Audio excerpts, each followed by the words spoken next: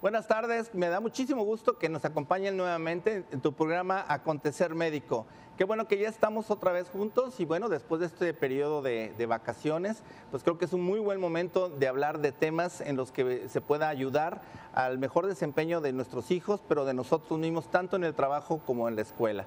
Bueno, les quiero comentar que en México existen alrededor de 500,000 personas que tienen discapacidad auditiva, el tema de esta tarde.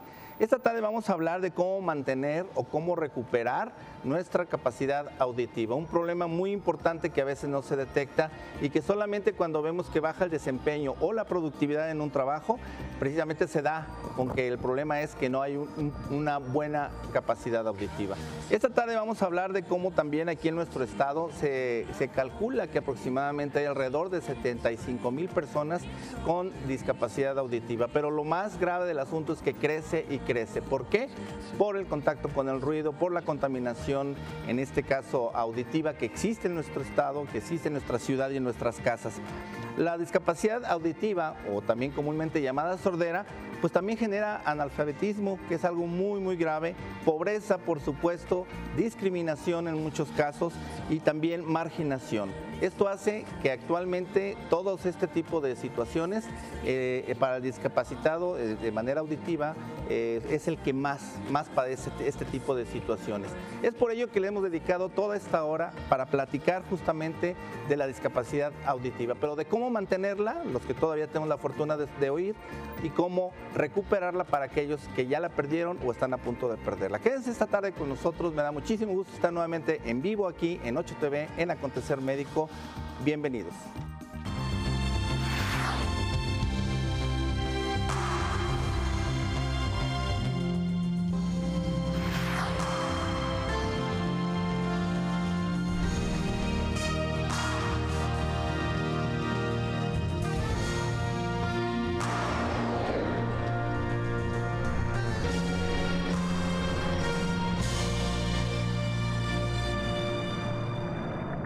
La Organización Mundial de la Salud estima que el 98% de las personas con alguna discapacidad y que viven en países en desarrollo como el nuestro están en un total desamparo. ¿Por qué? Porque no gozan de ninguna asistencia médica. México, Jalisco no es la excepción. El no gozar con una seguridad social o con un apoyo médico o simplemente tener un sistema de salud saturado y rebasado hace que realmente cualquier tipo de persona tenga un problema en atención médica adecuada y sobre todo a tiempo. Este es algo muy importante, que recuerden que Acontecer Médico estamos pugnando porque la medicina privada también tenga una mayor participación y un mayor apoyo por parte del gobierno. Es por esto también que estamos tratando de desarrollar este tipo de temas y estaremos muy al pendiente de que obtengamos el apoyo que se requiere para poder llevar a cabo todos nuestros proyectos en la medicina privada. Bueno, pues les comento que como siempre tenemos a un gran especialista ya conocido por ustedes, pero que primeramente también me da mucho gusto, y primero las damas, quiero presentar aquí a la doctora Cintia Cárdenas. Doctora, muchísimas gracias. Nos vas a complementar mucho algo que ya hemos platicado aquí con el doctor, que es el cómo poder medir nuestra capacidad auditiva. Bienvenida, doctora. Muchas gracias. Así que audióloga, pero también estaba viendo que eres otoneuróloga, padrísimo, y también cuestiones de fonética, ¿no? Sí, de foniatría, problemas de voz y lenguaje. Padrísimo, ¿no? Pues muy completo. Y bueno, ya un gran conocido nuestro y un gran especialista y gran amigo también, doctor Héctor Macías. Doctor, pues muchísimo gusto otra vez de tenerte por acá. Me da de veras, Ricardo, como siempre, un honor y siempre aprendemos mucho de ti, doctor. Bueno, espero no defraudarlos. Muchas gracias por la invitación. Al contrario, no, nunca. Bueno, pues creo que un inicio interesante sería el mencionar cómo ha evolucionado actualmente, qué se considera una discapacidad auditiva y que de alguna forma estemos viendo si hay una perspectiva de solución. Bueno, primero, entender que la energía del sonido es una energía mecánica y pasa hacia el oído. La doctora Cintia nos explicará rápidamente algo de la fisiología. Y esta energía mecánica llega a nuestro conducto auditivo externo, luego membrana timpánica, la cadena de huesecillos, que son los más pequeños de la economía de todo el cuerpo, donde tiene una función de palanca para optimizar esa energía y transmitirla con movimiento hacia el oído interno. En el oído interno tenemos líquido, hay movimiento de esos líquidos y hay células, que es el órgano de Corti, que es el oído interno, que son células ciliadas, y estas se mueven, y al moverse viene una despolaridad de células y entonces viene un cambio a química o bioquímico para generar corriente eléctrica.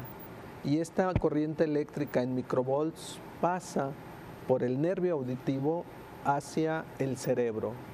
Y si nosotros desde bebés, desde niños, escuchamos, entonces aprendemos las palabras y aprendemos el lenguaje. Y luego aprendemos, una vez que tenemos identificadas las palabras, aprendemos a expresar esas palabras con significado. Estamos viendo un esquema, doctor, más o menos es lo que tú nos estás describiendo. Sí. Y de alguna forma se me hace muy interesante el saber cómo funciona el oído, como siempre, para saber por qué nos duele o por qué dejamos de escuchar, ¿no? Sí, así es. Y entonces, dependiendo la zona alterada, que puede ser el conducto auditivo externo, si está tapado por cuerpo extraño, por cerumen, por anormalidades congénitas, puede provocar una sordera de tipo conductivo. O también la membrana timpánica, si ha sufrido lesiones por trauma o por procesos infecciosos o calcificaciones, nos puede traer problemas de sordera. O bien si la cadena ossicular está desarticulada o tiene fijación de la misma, que puede ser a diferentes niveles, entre los mismos huesecillos, o ya al final, cuando se conecta en la ventana la ventana oval que se conecta al conducto auditivo externo, puede haber una otoesclerosis y no se mueve el huesecillo. Entonces, ese huesecito, que es el estribo, el más pequeño de todos, lo podemos quitar y reemplazar por una prótesis. Perfecto. Esto lo hacemos con trabajos microscópicos, utilizando el microscopio quirúrgico. Y si no es el problema, si el problema está dentro de la cóclea, que es el oído interno, que deja de funcionar la cóclea, la podemos reemplazar utilizando implantes cocleares. Excelente. Metiendo un electrodo hasta ese lugar. Y claro, consta de diferentes partes estos implantes cocleares y nos es muy útil. Por supuesto. Sobre todo si la pérdida auditiva es desde la infancia y los detectamos muy pequeños y colocamos estos implantes, a los niños les va bien. Claro. Con el paso del tiempo, no es mágico. No es de decir, lo implanto y ya va a oír. Bueno, sí escuchan sonido, pero no identifican palabras. La edad auditiva es un proceso de varios años. Hasta que vuelven a aprender el lenguaje y pueden empezar a expresarlo. Correcto. Aquí en este caso veíamos, por ejemplo, algo que es muy frecuente, sobre todo cuando se va a albercas y todo, que empieza a taparse el oído, se queda ahí atrapada agua y que de alguna manera viene, cuando dicen, ¿cómo se llama? Se me rompió, o ¿cómo dicen? El oído, ¿no? Me reventó el oído. Me reventó, sí. Ahí en este caso, doctor, ¿qué hacer? Bueno, estamos hablando de dos entidades diferentes. La otitis del nadador ocurre como una otitis externa, en donde el conducto auditivo externo, es decir, de la membrana timpánica hacia afuera, se inflama. Y la característica principal, además de perder audición, es dolor. Y esto hay que tratarlo médicamente. Correcto. Curaciones, antibióticos, antiinflamatorios y a veces curaciones en forma local. Además de la limpieza pertinente del conducto auditivo externo.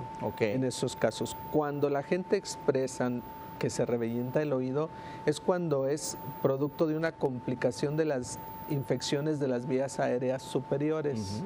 Es decir, tenemos una gripa severa, una amigdalitis, una faringitis, y se inflama la comunicación oído-nariz, que es la trompa de Eustaquio, y entonces empieza a haber inflamación del oído medio con acúmulo de secreciones. Y entonces la membrana timpánica se abomba.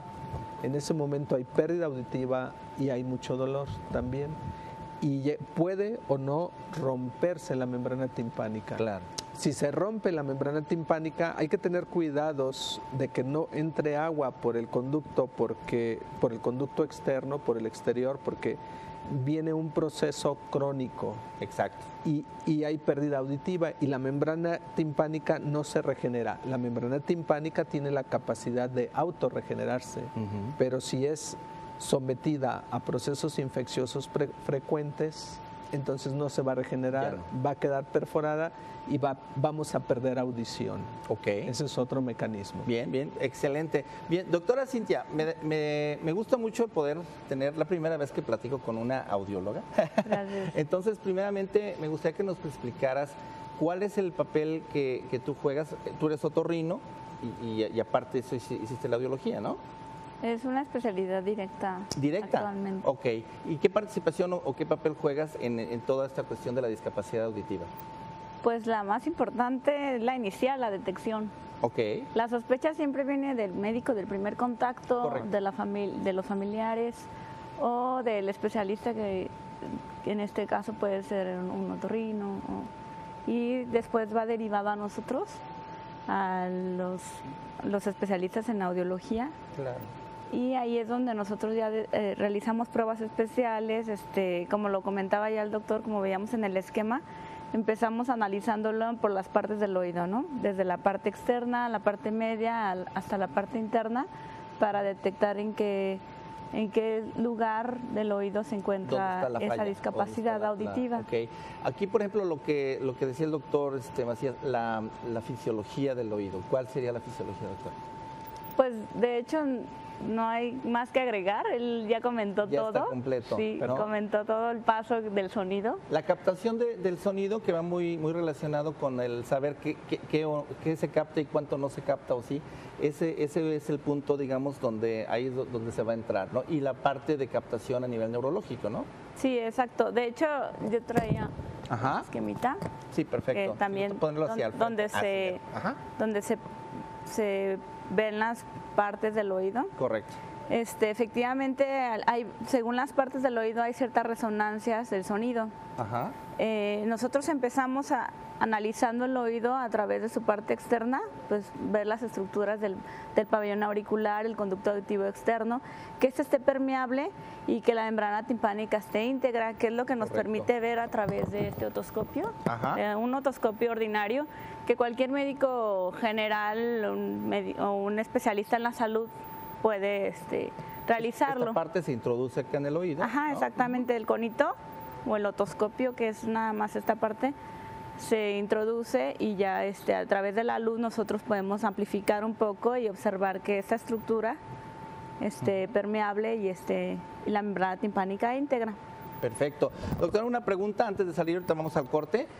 ¿Tiene que ver, en el caso del tamaño de la oreja, si es muy grande, también se toma en consideración? Sí, el conito sí. Órale. Porque un niño pues es más chiquito. Claro. ¿No? Pues está interesante esto. Bueno, pues de esto y más cosas vamos a estar hablando para ver cómo mantener o recuperar nuestra capacidad auditiva. Está muy interesante porque estamos muy expuestos como nunca al ruido, los famosos audífonos. Y bueno, quédense con nosotros.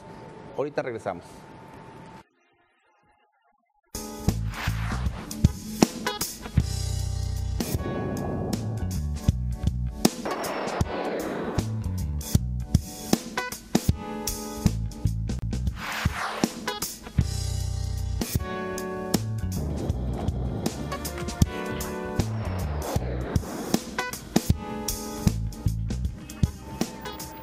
Bueno, pues el hablar de muchas enfermedades, pero específicamente del oído, estamos viendo que hay intervenciones quirúrgicas que de acuerdo al problema se puede restaurar alguna situación por la cual esté impidiendo tener esa capacidad auditiva adecuada.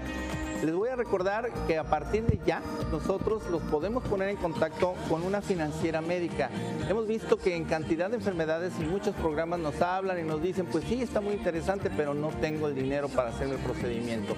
Bueno, pues entonces llámenos o mándenos un correo más bien electrónico donde nosotros podamos tener exactamente la idea de qué tipo de situación requieren, cualquier situación quirúrgica, pero hablando específicamente del tema de hoy, si requieren de una cirugía, de alguna prótesis, inclusive algún audífono para recuperar o mejorar la audición, llámenos porque esta financiera médica les puede otorgar el recurso económico que ustedes requieren y el pago va directo al hospital, directo al médico y de esta manera ustedes pueden tener plazos hasta 12 o 24 meses.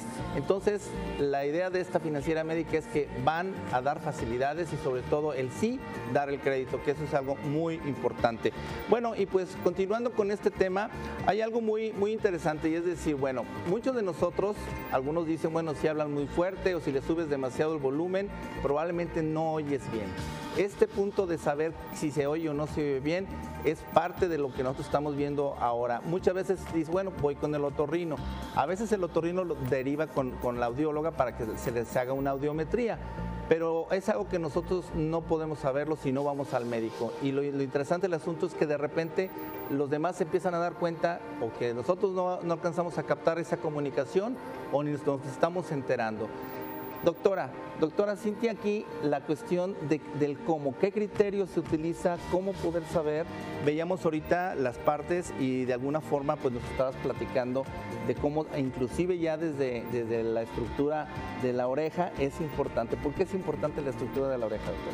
Porque inclusive hay algunas personas que nacen sin esta estructura, sin la oreja, sin el desarrollo completo del pabellón auricular, o inclusive la formación completa del conducto auditivo externo. Puede que esté muy cerrado, yo he visto algunas orejas muy cerradas. O que esté atrésico totalmente, que esté sin desarrollarse.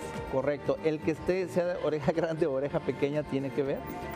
No, eso no. Eso no. Más bien que esté formado, que esté permeable y que tenga una implantación normal, que no tenga una implantación baja, porque suele estar relacionada con algunos déficits auditivos. Ok, entonces el poder romper esa subjetividad de decir, bueno, ¿qué tanto oigo, qué tanto estoy sordo o no estoy sordo? ¿Cómo se puede llegar ya a definir el grado de sordera que se tiene? A través después de realizar esto, la revisión de las estructuras anatómicas físicas, empezamos con la detección nosotros nos auxiliamos en el gabinete así normal, en un consultorio médico, de unos diapasones. Sí, adelante. Para nosotros más o menos tener la sospecha. Los médicos generales por lo general usan que es de 256 Hz. Ajá. Pues es como el más universal y el más utilizado. De hecho, cuando uno está estudiando medicina, estos son los que nos ayudan mucho.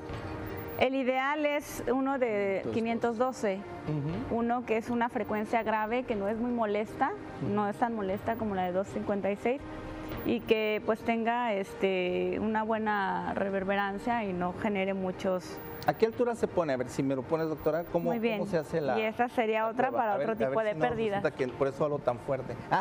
Ya sea que tenga alguna pérdida auditiva. Ni modo, acá yo tengo aquí a mi especialista de cabecera, entonces, bueno, pues de una vez para ver. Entonces, ¿qué es lo que se hace? Viene. Bueno, primero se hace la simulación. Se escucha el zumbido. Ajá. Se tiene que comparar y detectar un umbral. Si lo escucha usted igual aquí, o que este oído, ¿sí lo percibe de la misma intensidad? Ajá, igual. Muy bien. Perfecto. Después, para sospechar, vemos si lo escucha mejor adelante o a través de la transmisión ósea. Ahí no escucho nada. ¿Lo escucha mejor adelante? Adelante, ajá. Muy bien. Eso nos habla de que es mejor la percepción a través del oído normal, de las células ciliadas, como explicaba ya el doctor previamente. ¿Lo escucha mejor adelante o atrás? De este lado sí lo escucho atrás, fíjate. ¿Pero lo escucha más fuerte atrás? No, más fuerte adelante. Esa es la importancia, bueno. Que sea más fuerte adelante. Sí, esa sería una percepción normal. ¿Puede suceder que un oído escuche uno más que en otro? Sí, ¿sí? Totalmente. Sí, porque si usted manifiesta una sordera, por ejemplo, de este lado, y yo le hago una detección aquí o acá, usted me puede decir, yo lo escucho mejor de este lado, más fuerte. Entonces eso ya me hace a mí sospechar que este oído tiene un déficit auditivo. Perfecto. Igualmente, si usted me refiere que lo escucha mejor atrás que adelante, ahora sí lo escuché también atrás. Ajá. A mí me hace pensar que su patología, por ejemplo, puede ser de las otras estructuras, no tanto de las células ciliadas, que puede haber algún proceso infeccioso, que la membrana timpánica esté perforada, en fin, que haya una sordera de percepción de conducción. Qué padre se oye. Ya sé, por eso no es tan molesto, pero con nosotros sí es súper molesto. ¿Sí molesta? Claro que sí, el otro es más agudo y el otro es un poco más grave. Órale, perfecto. Y después se hace en la línea media. Ah, caray, ok. Y aquí, ¿dónde lo percibe? En ningún lado. Ok, por lo general, cuando nosotros lo tenemos que escuchar por la línea media, cuando hay algún déficit auditivo se lateraliza hacia algún lado. Ah, ok. Entonces, en este caso sería así. Por ejemplo, este sonido. ¿Este sí molesta? Uy, sí. Dígame, dígame usted. Oye, sí, está bien. Te creo ahora sí, doctora. Y es muy difícil de percibir. Ay, sí lo percibo también. Pero es un poco más grave, y dura un poco menos la intensidad. Por eso el ideal sería un 512, ese. Todos los otorrinos, ese es el que se maneja más. El que uno tiene en su consultorio para detectar. Perfecto. Tipo de hipoacusia. Qué interesante, ¿no? Doctor Macías, por ejemplo, en este caso, estoy de acuerdo en el adulto, bueno, uno dice sí, no y todo, pero tú también ves niños, entonces, por ejemplo, ¿cómo poderlo hacer? Bueno, y doctora, igual, en los niños debe ser muy complejo esto, ¿no? Sí, en los niños utilizamos el juego. Okay. El juego condicionado. Y el juego condicionado. De crear un ambiente así de diversión, sí, ¿no? Y luego tenemos unas pruebas objetivas, que ya lo mencionará también la doctora, que es la impedanciometría, en donde nos dice la movilidad de la membrana y nos dice también si hay reflejos que captan la audición. Correcto. Al mandar un sonido, la membrana se mueve de determinada manera. Okay. Entonces lo podemos medir nosotros. Claro. Y eso es objetivo. Y si tiene alteraciones de esos reflejos, entonces pensamos, puede haber una hipoacusia. Claro. ¿En dónde está? Bueno, tenemos que investigar. Pero sí, en los niños es un poquito más complejo, sobre todo porque los detectan. En los niños el problema es que se detectan a veces tarde. Muchas veces se dice, no, es un niño flojo para hablar, pero a veces no ese es el problema.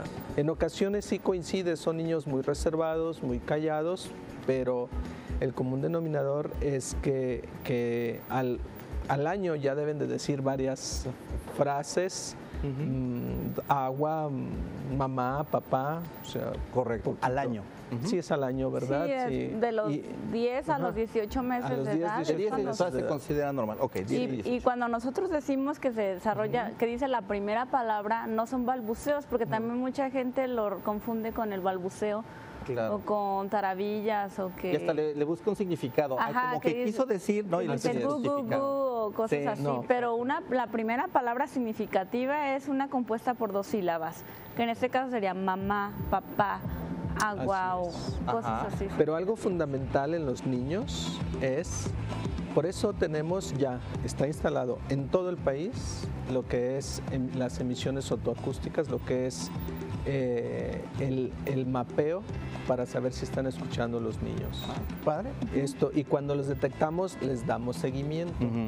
Y si vemos que siguen con problemas de hipoacusia, estamos seguros ya a los 6 meses de edad haciendo diferentes pruebas, entre ellos los potenciales evocados auditivos. Correcto. En donde nos aseguramos si el niño está escuchando o no. Y si no está escuchando, lo primero que hay que hacer, y esto sí quiero hacer énfasis, a los niños hay que ponerles sus auxiliares auditivos, aunque parezcan que no les sirven de nada. O aunque sabemos que desde el punto de vista de neurotransmisión no está realmente llegando la señal a donde queremos.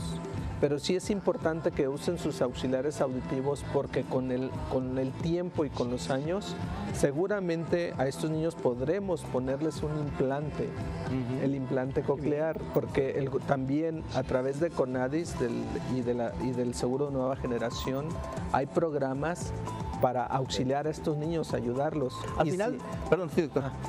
Y si estos niños no usan estos auxiliares auditivos, para nosotros es muy difícil después. Entonces, tienen que acostumbrar también a utilizarlos. Es, digamos, como parte de su desarrollo. Entonces, el mensaje es para todos los compañeros profesionistas y no profesionistas, es que cuando un niño use su prótesis, aunque consideren que no le está haciendo de provecho, traten de que las use, porque con el tiempo nos va a ir mejor. Correcto. Bien, vamos al corte y yo quisiera también insistir mucho en esto. Hemos estado ahorita viendo que hay muchas situaciones no detectables o no detectadas o que a veces se justifican. Y a veces el niño dice, bueno, ¿por qué está sacando malas calificaciones? Y si le toca sentarse, ese niño está atrás y no oye bien, pues realmente va a ser un gran problema para él y una angustia. Entonces es una carga adicional. Entonces, de veras, tomen el consejo, acudan al médico y vamos después de corte a hablar justamente de los tipos de sordera y cómo se interfiere la cantidad de ruido que estamos recibiendo y más ahora en los antros, en los audífonos que van casi se penetran hasta el oído medio. Bueno, vamos al corte, regresamos.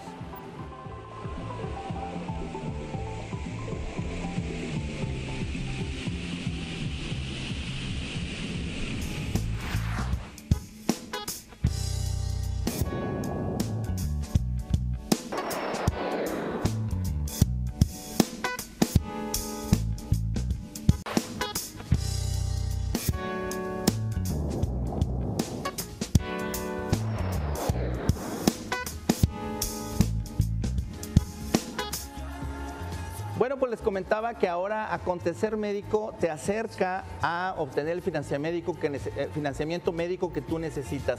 Esa cirugía, esa prótesis, algo que te impide que tú te puedas hacer la realización más bien de una intervención quirúrgica o un complemento. La verdad es que es bien importante el no dejarlo, porque cada vez que pase el tiempo o mientras más pase el tiempo, se va a hacer mucho más costosa la atención o simplemente se puede generar un problema mayor. Es por esto que nosotros estamos acercándonos a esta financiera médica. Búsquenos, puede ser también por Facebook, donde nos platiquen su problema, en dónde están atorados, si requieren, cuánto requieren, y de alguna forma nosotros les ponemos a su disposición este trámite que es muy sencillo y en 24 horas se lo solucionan. Inclusive si ya está alguna de sus familiares a punto de tener una cirugía y ustedes lo van a pagar con el famoso tarjetazo, pues en vez de que lo hagan de esta manera, van a tener menos intereses y al mismo tiempo van a tener un plazo mucho más accesible con esta financiera médica, porque el objetivo es que tengan ustedes esta salud. Entonces, con el financiamiento médico, pues tu tratamiento se agiliza, pero lo más importante es que todos se benefician, incluyendo tu familia, porque también cuántas familias quedan totalmente desfalcadas después de una intervención quirúrgica con pago de hospital, honorarios, etcétera. Entonces es bien importante que sepan que todo lo que sea de equipo médico, placas, tornillos, prótesis, bueno, en este caso los aparatos auditivos, un implante coclear, por ejemplo. Un implante óseo. Un implante óseo, ajá. Todo eso, bueno, la financiera médica se los puede resolver en 24 horas. Bueno, hablábamos justamente de los tipos, doctora, y me gustaría que nos comentaras qué tipo, bueno, primero cómo se mide, cómo saber los decibeles, ¿es decibeles y hertz, las dos? Sí, se realiza por frecuencias, que son se miden hertz. ¿Qué son los decibeles y qué son? Y los decibeles es la intensidad o el volumen en el que se está detectando. Ok. Lo normal es que uno tenga una audición entre 10 y 20 decibeles en todas las frecuencias. Correcto. Se realiza una medición de un rango de frecuencias de 125 Hz a 8000 Hz. Entonces, las frecuencias del habla son 3, son las que más nos interesan en este caso para detectar el tipo de pérdida, que son 500, 1000 y 2000. De esas sacamos un promedio y ahí detectamos si está por debajo de 20 decibeles, vamos determinando la pérdida. Correcto. Eso se va determinando de 20 en 20 para hacerlo más fácil, más factible. Hasta 40 es una pérdida superficial, hasta 60 es una pérdida media, 80 es una pérdida severa, por debajo de 80 es una pérdida profunda o incluso anacusia. En estos casos es cuando en las severas y en las profundas es donde es muy indispensable o es muy candidato el paciente a un implante coclear. Okay. Y en una pérdida superficial o cualquier tipo de pérdida es cuando son candidatos a un uso de aparato auditivo. Claro. ¿En qué momento y digamos sí funcionan los aparatos auditivos? Porque lo que comentabas hace rato, doctor, yo he escuchado mucho eso, decir, no, pues se le puso uno, se le pone el otro y no sirven. Pero sí es importante, en algo pueden ayudar entonces, ¿no? ¿En qué tipo es donde se utiliza el auditivo ya? O el aparato auditivo. Bueno, primero que lo acepte el paciente. Eso es fundamental. Pero claro, hay diferentes tipos. En la actualidad los equipos varían y algunos solamente son amplificadores de sonido. Exacto. Otros más tienen filtros de sonido. Y estos que tienen filtros de sonido son más cómodos, porque el hecho de ponerse un auxiliar auditivo y estar en un ambiente ruidoso es muy cansado para los pacientes, porque dicen que escuchan todo menos la voz.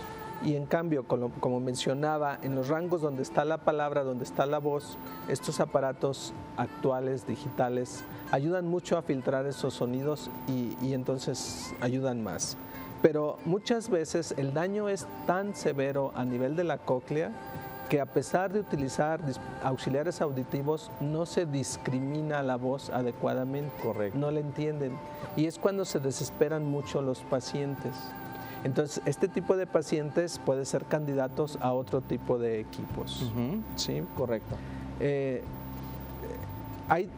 repito, diferentes tipos de auxiliares auditivos externos, y luego hay personas que no les gusta que se les vea, entonces hay unos que van en el conducto auditivo interno. Ok, qué ¿sí? bien. Hay otros que son pequeños, hay otros que son de curveta, y en los niños, por ejemplo, incluso hay unos de cajita. Ajá. Entonces hay diferentes tipos de aparatos. Cada paciente va a depender mucho de las necesidades auditivas del paciente y va a depender mucho del tipo de pérdida. Sí, del tipo de pérdida, de las necesidades, del tipo de pérdida y del costo, de lo que puedan en un momento dado pagar el paciente, porque pues hay veces que tenemos equipos muy buenos, sin embargo, no es posible pagar su costo por diferentes razones. Claro, Sí. en el sentido de los aparatos auditivos, nosotros nos hemos acercado y muchos realmente siento que están puramente concentrados en la cuestión comercial, pues o sea, ellos lo que quieren es vender. Hemos tenido cualquier cantidad de acercamiento con distribuidores, con importadores, y ellos dicen, no, pues yo lo que quiero es vender. O sea, y les digo, bueno, pero tienes que informar. Entonces, este tipo de comentario yo creo que es bien importante, y lo que tú comentabas, doctor, que Ese aunque es no... el problema mucho, porque por ejemplo, un aparato auditivo es muy importante la graduación o la programación, o sea, es como unos lentes, no son universal para todos, ¿no? Uno puede tener una pérdida de cierto grado en un ojo a otro cierto grado en otro. Así es con un aparato auditivo. Lamentablemente, como le decía, con el audiograma, a través del estudio que hacemos, vamos a ver que en ciertas frecuencias vamos a tener algún déficit diferente a otro, no en todas son parejas. Entonces, lamentablemente en algunos, como los amplificadores de sonido o algunas marcas que nada más, o casas comerciales que solo quieren vender el aparato, no realizan una programación adecuada y no se basan mucho en el estudio que lleva el paciente. Entonces, por eso a veces algunos sonidos los escuchan muy distorsionados o muy fuertes y otros demasiado bajo, y es cuando se desesperan. Claro. Cuando no sirve un aparato, por lo general es por fallas de la programación, no tanto por la pérdida.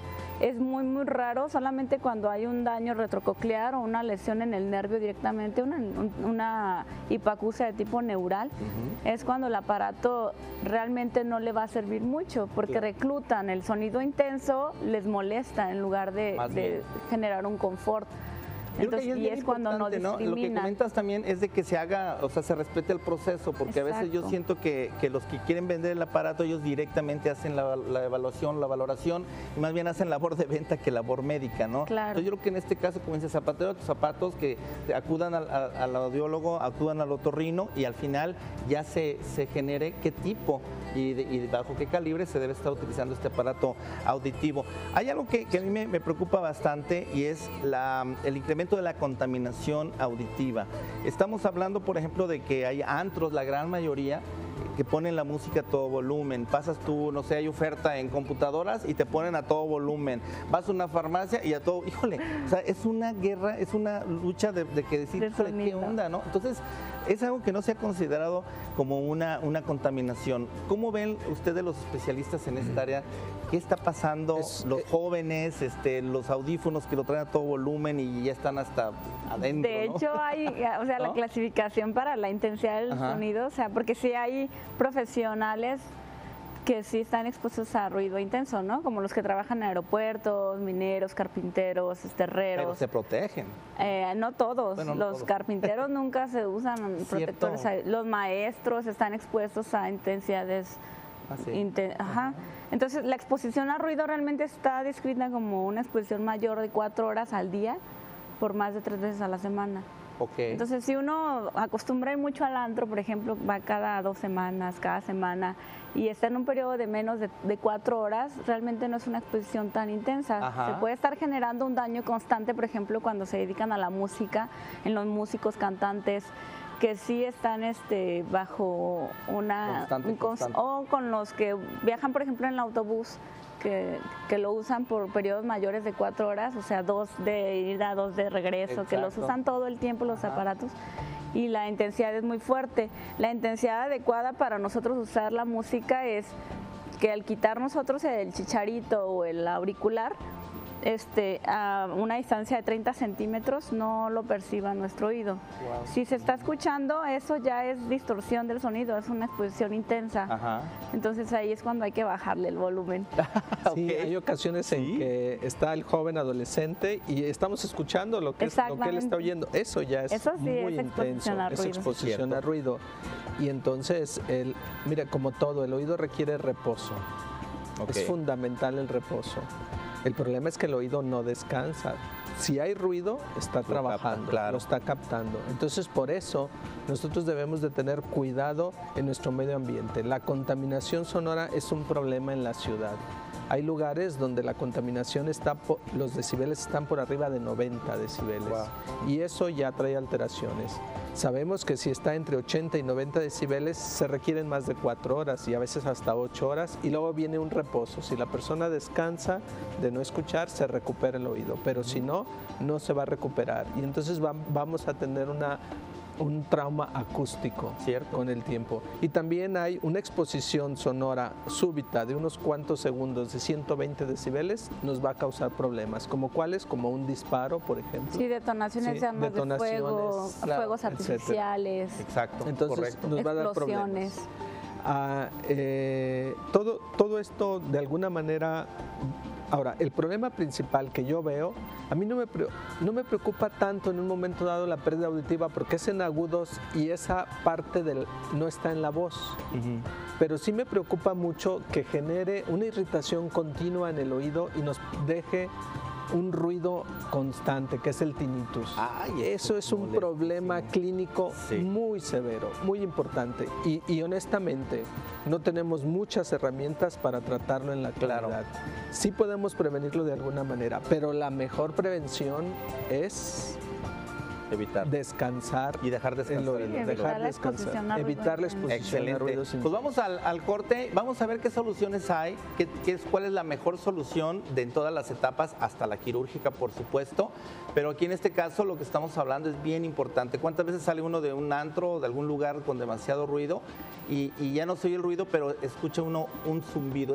Es algo que de veras hasta pierde uno el equilibrio. Vamos al Sí. corte y ahorita regresamos.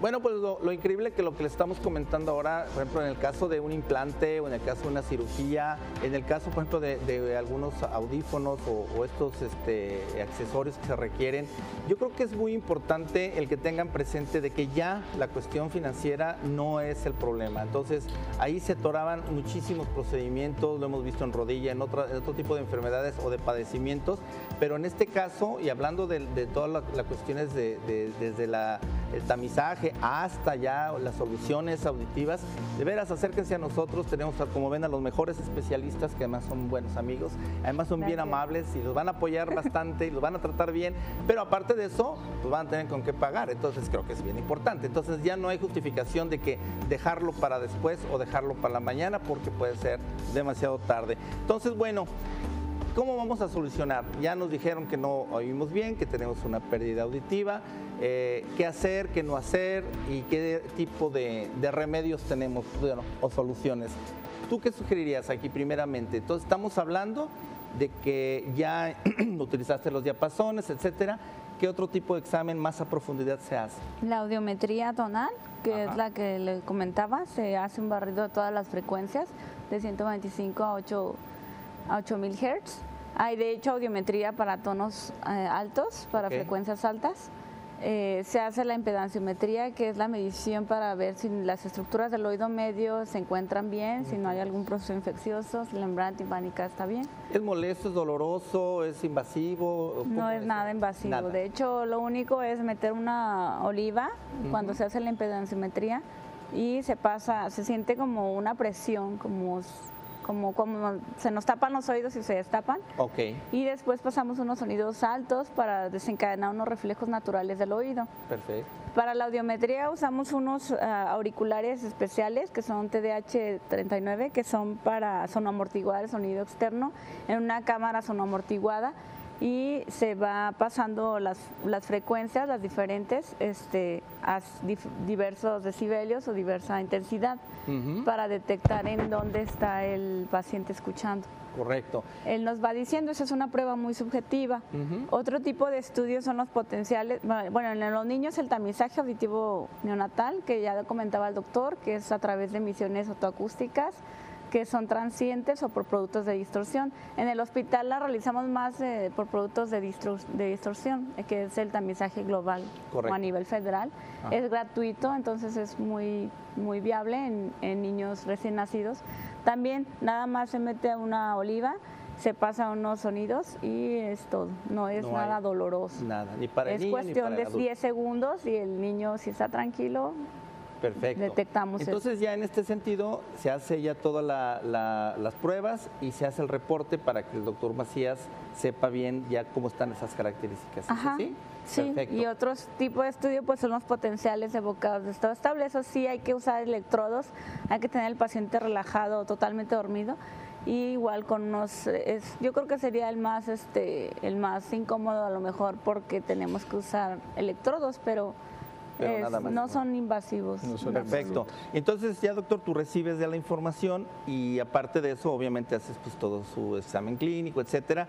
¿Y qué tipo o cómo se va a catalogar a ese paciente en cuanto a su sordera?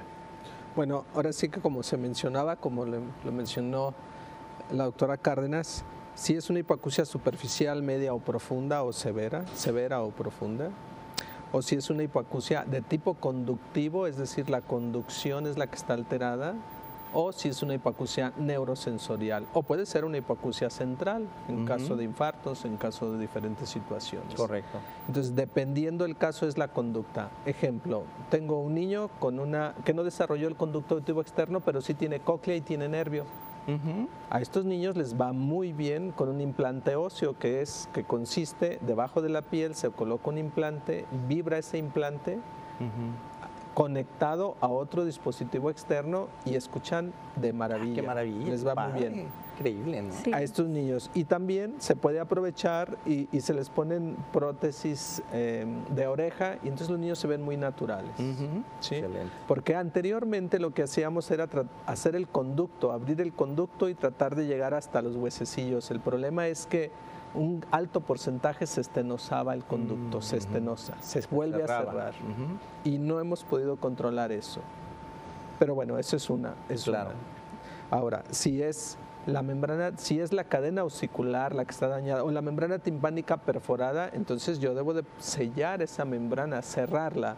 Puedo utilizar fascia de músculo temporal o también tenemos en investigación quitosana, que es una membrana artificial que estamos desarrollando y podemos utilizarla. Padre.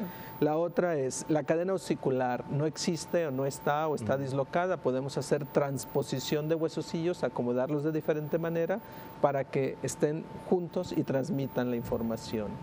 O bien colocar prótesis PORPs o TORPs, que son prótesis totales o parciales de la cadena osicular, para conectarla hasta la platina, que es la ventana oval donde se conectan los huesecillos al oído interno. Correcto. O, como mencionaba hace un momento, si es el yunque, el estribo el que está mal, pues quito ese huesecito que es el más pequeño de la economía y pongo una prótesis en forma de gancho y lo conecto. Híjole, toda una artesanía eso, ¿eh? Sí. Y con eso yo logro transmisión de sonido. Ahora bien, si el problema está en el oído interno, entonces, si es una hipoacusia del oído interno superficial, lo mejor es utilizar auxiliares auditivos. Wow. ¿Sí?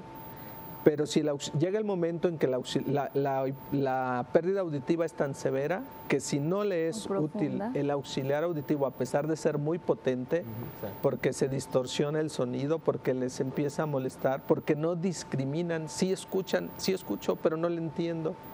Entonces, ya, estos pacientes son candidatos a implante coclear. Porque Sí. captan el ruido, pero no lo logran Sí, descifrar. así es. Y sobre todo, conforme pasan los años, ya en la actualidad, y bueno, yéndome específicamente a implantes cocleares, las mejores indicaciones son los extremos de la vida, los niños y los adultos mayores, Excelente.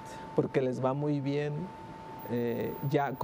Los adultos mayores, como ya desarrollaron lenguaje, ya tienen el aprendizaje del lenguaje y saben cómo pronunciar, entonces les ayudan mucho los implantes cocleares. ¿Cómo no? Pero además de eso, darle una calidad de vida a las dos partes, porque bueno, en el caso del bebé, pues empieza toda su vida y el adulto mayor, pues también tiene derecho a sus últimos días, pues Y ir Sobre todo comunicado para con el su- desarrollo del lenguaje, porque Sí. más que para percepción auditiva, los niños si no escuchan bien no van a No desarrollar desarrollan un lenguaje. Claro. Y los adultos mayores si no escuchan bien y empiezan a deteriorar su lenguaje, empiezan también a la inutilidad del mismo. Sí. Socialmente se aíslan. Y la cuestión anímica, Ajá, ¿no? Pues así por eso luego es. se deprimen y todo, y pues empiezan a dejar de ver. Luego ya no escuchan o no oyen bien, les duelen las rodillas. Digo, por eso pues hay que darse mantenimiento y pues mejor Y desgraciadamente terminar, es una discapacidad que no se ve. Sí, Lo que yo les comento a todos no mis se pacientes. percibe, sí. Que si escucha, por ejemplo, pasa mucho con niños que tienen hipoacusias congénitas, que tienen un oído bueno y el otro está hipoacústico total. Y los médicos le dicen, no importa, escucha de uno, no pasa nada. Yo les comento mucho a las familias o a los familiares directos, ¿no? Tápese usted un oído, nosotros por algo nacimos con 2 oídos, Claro. porque no es normal, no es natural nada más escuchar con uno. Entonces siempre es importante cuando son pérdidas congénitas, igual son candidatos a un implante coclear, a una prótesis auditiva. Claro. Sí, perdón que interrumpa, adelante, lo que doctor. acaba de mencionar la doctora es fundamental. Se requieren los 2 oídos para poder detectar la dirección del sonido, de dónde viene. ¿Sí? Y en un momento dado, un paciente que escucha solo de un lado, en un momento dado oye un claxon y no sabe de dónde viene el sonido y mientras reacciona puede tener un accidente. Claro. ¿Sí? Entonces sí, es fundamental saber de dónde viene la dirección del sonido. La binauralidad es fundamental. Ok. Y además de eso, bueno, también ya hay la tecnología, son franceses, implantes cocleares binaurales, es decir, Maravilla. un implante con 2 electrodos y los ponemos. Acabamos de poner uno este lunes en el Hospital Civil. Correcto, que por cierto les quiero comentar que los doctores también están en el Hospital Civil Fray Antonio Alcalde, entonces igual si ustedes quieren que se atiendan o atenderse directamente en el hospital, bueno, pues ahí pueden acudir, hacer que le abra su expediente, etcétera, y entonces directamente los van a pasar por ellos. Hay algo, doctor, que a mí me llama mucho la atención, el costo, lo del implante, creo que es una perspectiva fabulosa como decíamos, para los bebés y para los adultos mayores. ¿Podríamos pensar que en algún momento se pueda bajar el costo, como cuánto se necesita para que un niño o un adulto vuelva a oír?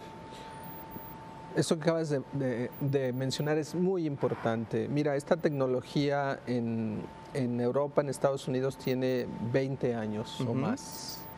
Desgraciadamente, incluso hay veces que no expresábamos que existía, porque un implante coclear cuesta en promedio $22,000. El puro implante. El puro implante, además el costo quirúrgico, además la habilitación o rehabilitación, las consultas para lo que es estar enseñando a escuchar y a hablar estos chiquitines. Esa es una parte fundamental. ¿Sí? Claro. Entonces, y eso también tiene costos, No, por desgraciadamente. Entonces, lo que se ha observado es que en total un niño que nace sordo y que tiene su implante es un costo aproximado entre los 500,000 y $1,000,000 Wow. un niño. Y yo me imagino como padre, que no los tengo en forma inmediata, ¿cómo le voy a hacer? Exactamente. ¿Sí? Pero ahora, gracias al gobierno federal, desde el sexenio pasado que se tiene estos programas, se les puede apoyar. Excelente. ¿Sí? Ahora, en cuestión, los adultos, bueno, ahora sí que tal vez se vaya todo el ahorro de su vida, pero sí les ayuda. En la actualidad han bajado los costos, sí han bajado, y también ya en instituciones Hay gente que cada vez se prepara más y les podemos apoyar o les podemos ayudar en las instituciones. Excelente. Pues doctor, pues muchísimas gracias otra vez de haber acudido aquí al llamado. Seguiremos haciendo más temas sobre eso porque creo que es bien, bien importante. Nos falta garganta, nariz, qué bueno. Doctora, muchísimas gracias. No, muchísimas y pues la verdad, gracias conocer lo que tú haces es padrísimo. Ojalá que la próxima vez nos des oportunidad de grabar tal cual todo un estudio para poderlo presentar aquí en nuestro teleauditorio. Sí, excelente. Muchísimas gracias. Y bueno, yo despido de ustedes y como siempre, pues mandar un mensaje. Sabemos que se tiene un recurso, 100 millones de pesos, está bien, se dieron mochilas, se dieron útiles, pero qué tal que muchos niños ni siquiera van a oír las clases. ¿Qué es lo prioritario? Para mí sigue siendo la salud. Ricardo Ursúa, me despido de ustedes, nos vemos dentro de 8 días. Muchísimas gracias y muy buenas tardes.